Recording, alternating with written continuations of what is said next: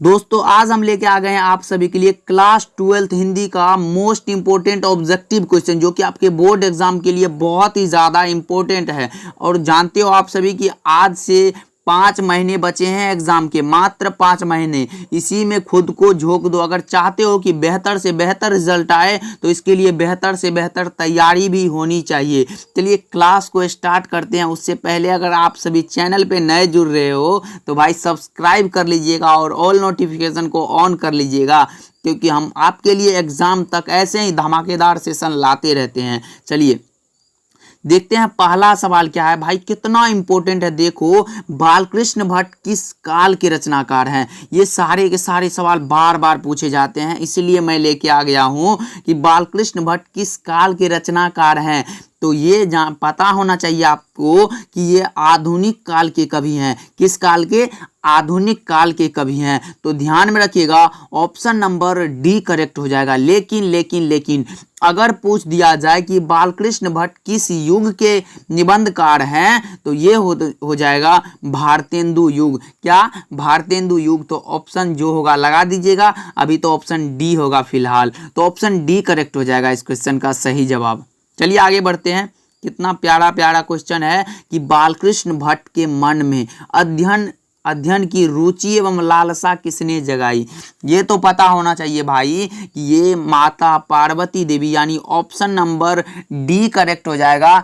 बालकृष्ण भट्ट के मन में अध्ययन एवं रुचि की लालसा माता पार्वती देवी ने जगाई थी, तो ऑप्शन डी करेक्ट हो जाएगा। चलिए आगे बढ़ते हैं। 2 नंबर का डी सही हो जाएगा।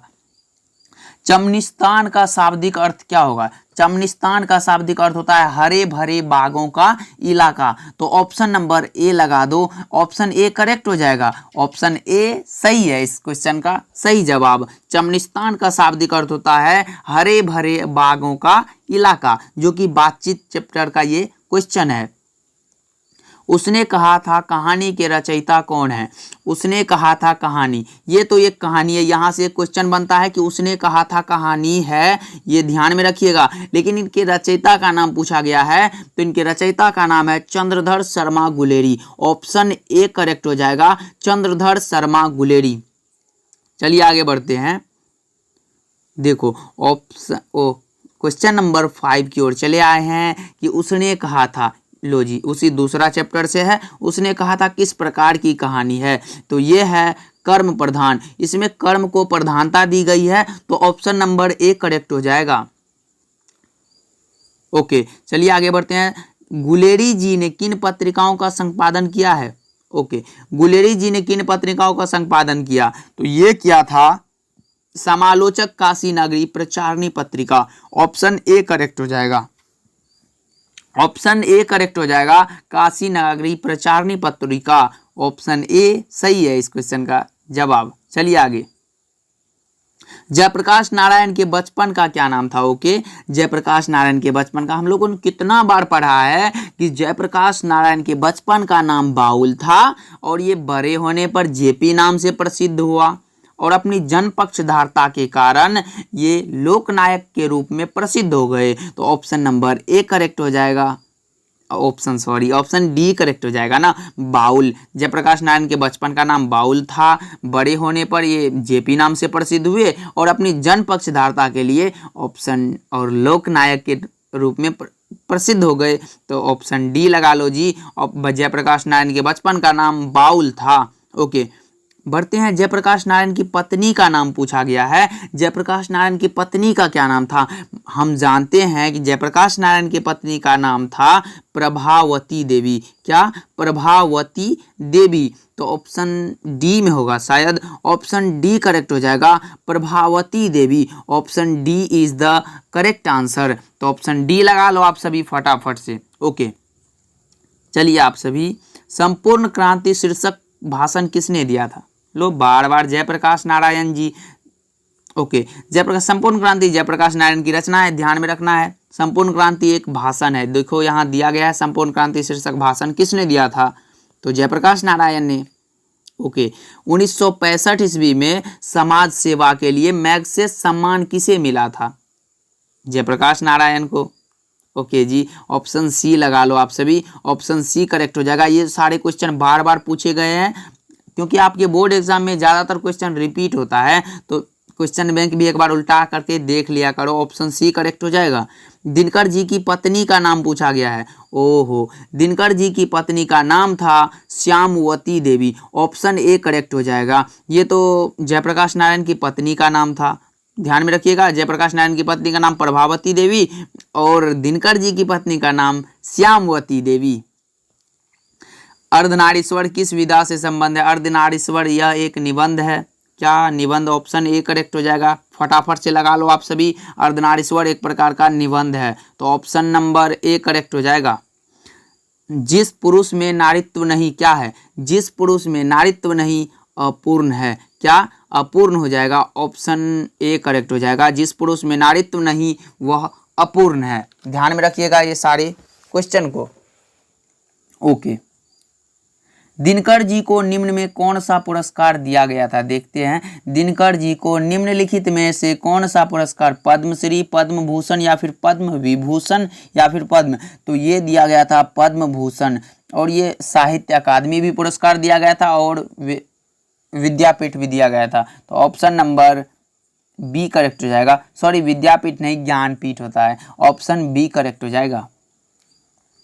अज्ञेय के पिता का क्या नाम था? डॉक्टर हीरानंद शास्त्री। क्या? डॉक्टर हीरानंद शास्त्री अज्ञेय के पिताजी का नाम था।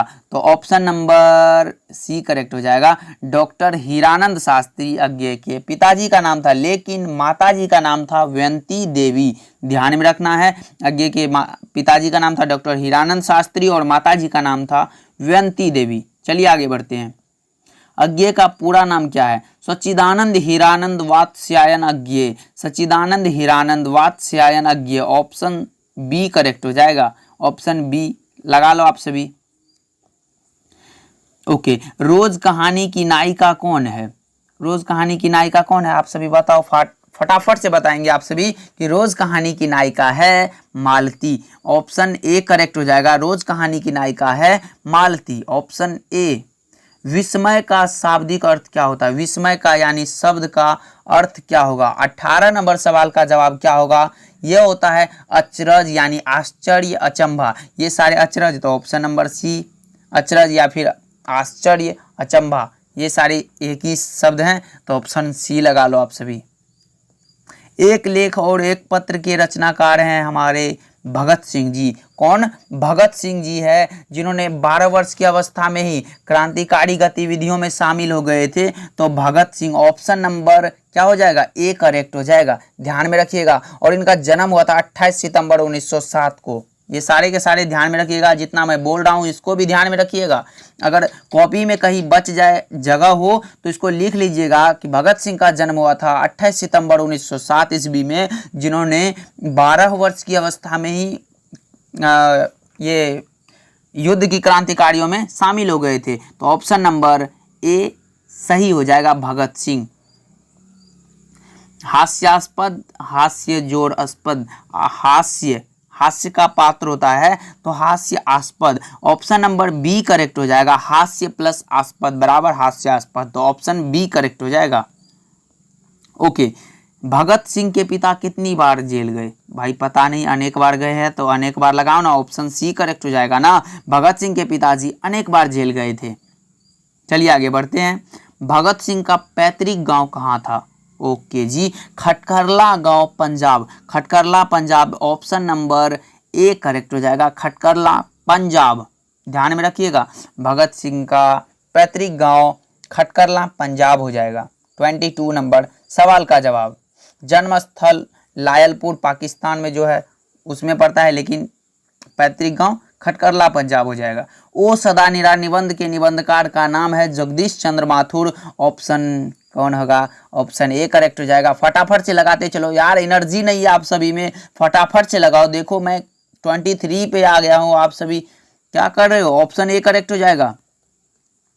ओके, धागड़ शब्द का अर्थ औराव भाषा में क्या होगा? धागड़ शब्द का अर्थ होता है भारे का मजदूर। तो ऑप्शन नंबर क्या होगा? ऑप्शन बी सही हो जाएगा, भारे का मजदूर।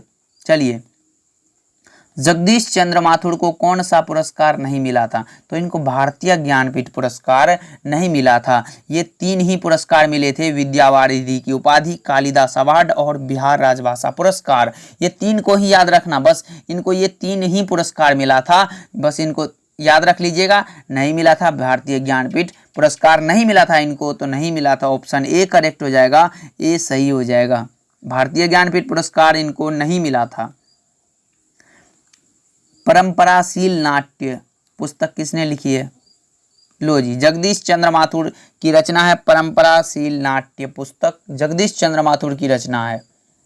मोहन राकेश द्वारा रचित नाटक संग्रह, ओके, नाटक संग्रह है आषाढ़ का एक दिन, लहरों के राजहंस, आधे अधूरे। बस 3 नाटक हैं, आषाढ़ का एक दिन, लहरों के राजहंस और आधे अधूरे। तो ऑप्शन 3 को तो होगा नहीं, ऑप्शन डी करेक्ट हो जाएगा, आषाढ़ का एक दिन। और अगर लहरों के राजहंस होता तो वो भी लगा देते, आधे अधूरे होता तो वो भी लगा देते, लेकिन है नहीं, तो ऑप्शन डी में है आषाढ़ का एक दिन। मोहन राकेश के कहानी संग्रह का नाम लिखें। मोहन राकेश के कहानी संग्रह इंसान के खंडहर, नए बादल, जानवर और जानवर, एक और जिंदगी, फौलाद का आकाश, वारिस। ओके, डी में देखते हैं क्या है।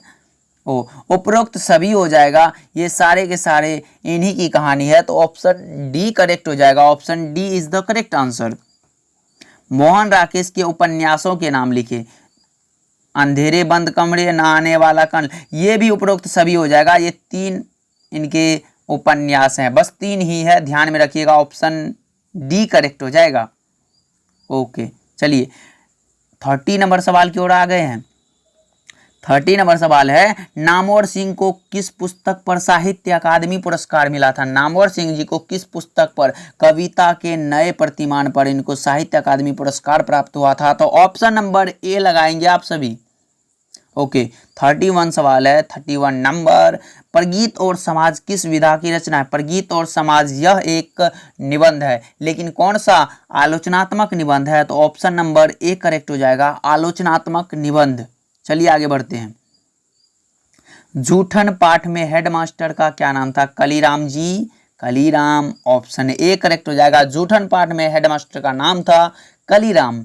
ओके, मलयज का मूल नाम क्या है? मलयज का मूल नाम है Bharat ji Srivastava. Option number 1 B correct हो जाएगा, भरत जी श्रीवास्तव। ध्यान में रखिएगा। जे कृष्णमूर्ति क्या करते थे?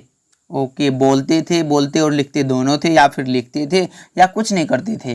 तो ये मैं बता दूं, बोलते भी थे और लिखते भी थे, तो ऑप्शन नंबर बी करेक्ट हो जाएगा according to book. Okay, book के अनुसार the first and last freedom किनकी रचना है? The first and last freedom रचना है वो है हमारे जे कृष्णमूर्ति। ये भाई इधर ऑप्शन की ओर मत भटकना, जे कृष्णमूर्ति की रचना है, ऑप्शन ए करेक्ट हो जाएगा, जे कृष्णमूर्ति। तो आज हम लोगों ने 35 ऑब्जेक्टिव को कवर कर लिया। तो देखिए, लाइक कर दीजिएगा, भूलना मत, लाइक करके और अपने दोस्तों के पास शेयर कर दो भाई। और अगर चैनल पे नए जुड़ रहे हो तो सब्सक्राइब कर दो। ज्वाइन टेलीग्राम फॉर पीडीएफ, अगर पीडीएफ चाहिए तो टेलीग्राम पर ज्वाइन करना और हमको मैसेज करना, हम पीडीएफ आपको सेंड कर देंगे। मिलते हैं नेक्स्ट क्लास में एंड बाय बाय।